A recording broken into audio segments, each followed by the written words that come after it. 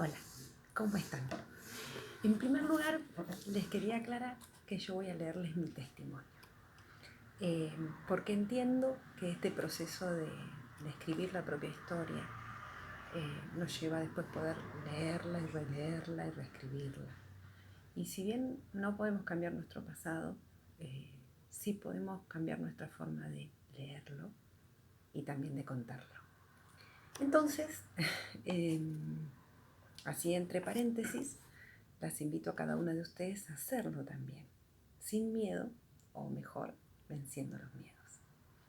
Bueno, en segundo lugar, quiero aclararles que cuando Nora me pidió que hiciera este video, ella no estaba al tanto de que yo me encuentro haciendo un plan de recuperación para luchar, entre otras cosas, con el aislamiento. A las que me conocen, seguro les va a hacer un poco de ruido esto del aislamiento, porque soy una persona que siempre me rodeo de gente, tiendo a ser alegre y simpática, salvo cuando manejo. Pero evidentemente hay algo en mí que me permite salir, participar, pero que me impide todavía dejar entrar al otro, compartir mi intimidad, abrirle mi corazón. Bueno, este tema del aislamiento tiene su propia historia y seguramente es consecuencia de muchas heridas que fui cargando, en su mayoría unas sobre otras. Y es por eso que quizás hoy sigue siendo una de mis luchas. Y aunque sé que voy como subiendo niveles también, sé que me quedan algunos territorios por ganar en este tema. Los dos relatos que yo les voy a contar ahora tienen que ver con mi regreso a Buenos Aires, hace más o menos 11 años. En ese tiempo yo había perdido absolutamente todo lo que tenía en un incendio. Y estaba sola con mis 6 hijos.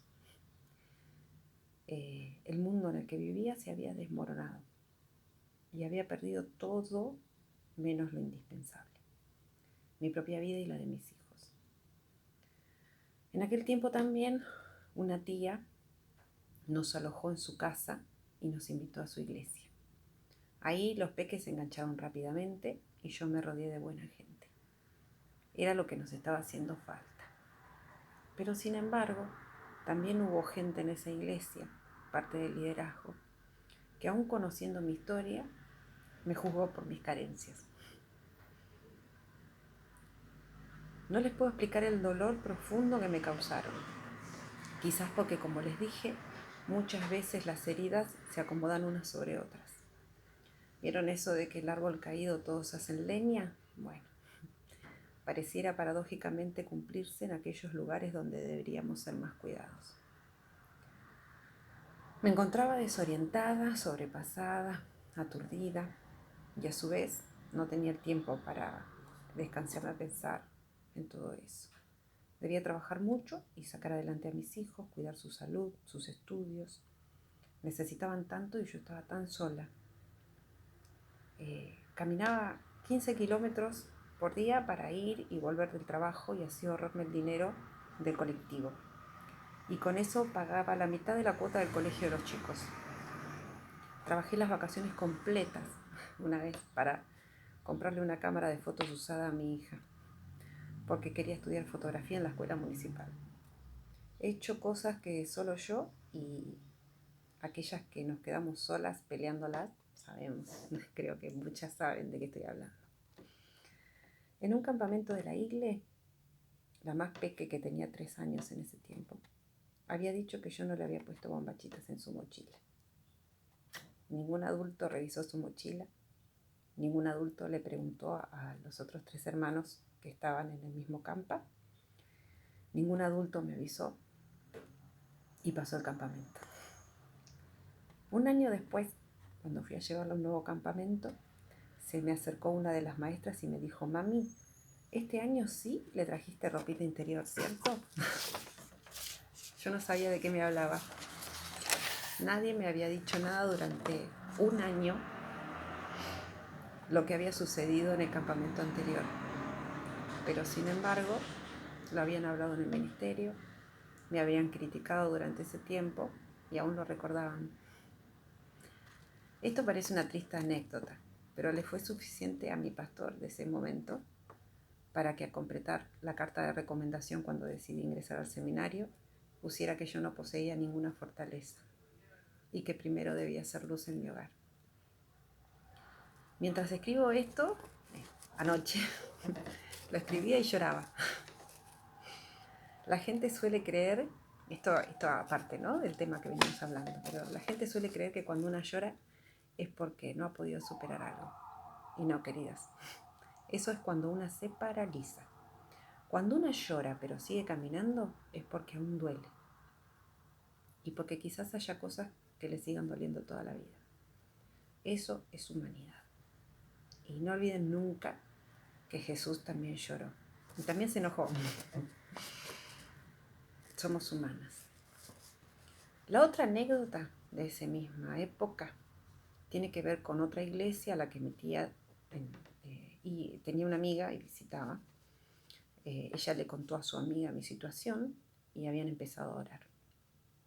El pastor de la iglesia nos visitó y decidieron empezar a orar, otra vez sin decirme, para que el Espíritu Santo obrara en mí y me convenciera de dar a mis hijos, en especial a los más pequeños, en una especie de adopción. Es decir, que comprendiera que yo no podía sola. Habían observado otra vez mis carencias y no mi necesidad. Y fue así que un fin de semana que yo debía trabajar, esta amiga de mi tía se ofreció llevar a la más peque de paseo y luego se quedaría a dormir en su casa. Ese era el plan que me habían dicho a mí. En un principio dije que sí, pero a último momento tuve una intuición muy fuerte de que no debía. No sé, no vino de mí esa intuición. Aunque necesitaba el trabajo, decidí cancelarlo y cancelar el paseo de la peque. Mi tía y su amiga insistieron y se enojaron tanto que terminaron revelándome sus intenciones. Habían intentado sacarme a mi hija de 3 años. Con una excusa u otra pensaban ir posponiendo su regreso. Total, yo no podía sola. Hoy sé que si lo hubieran hecho jamás me habría podido recuperar y jamás la habría podido recuperar a ella. Ahora bien, les conté estas 2 anécdotas para hablarles de este pilar de la resiliencia, la interacción. Y acá la cuestión, que también muchas entenderán, es cómo interactuar con el otro cuando me han herido tanto.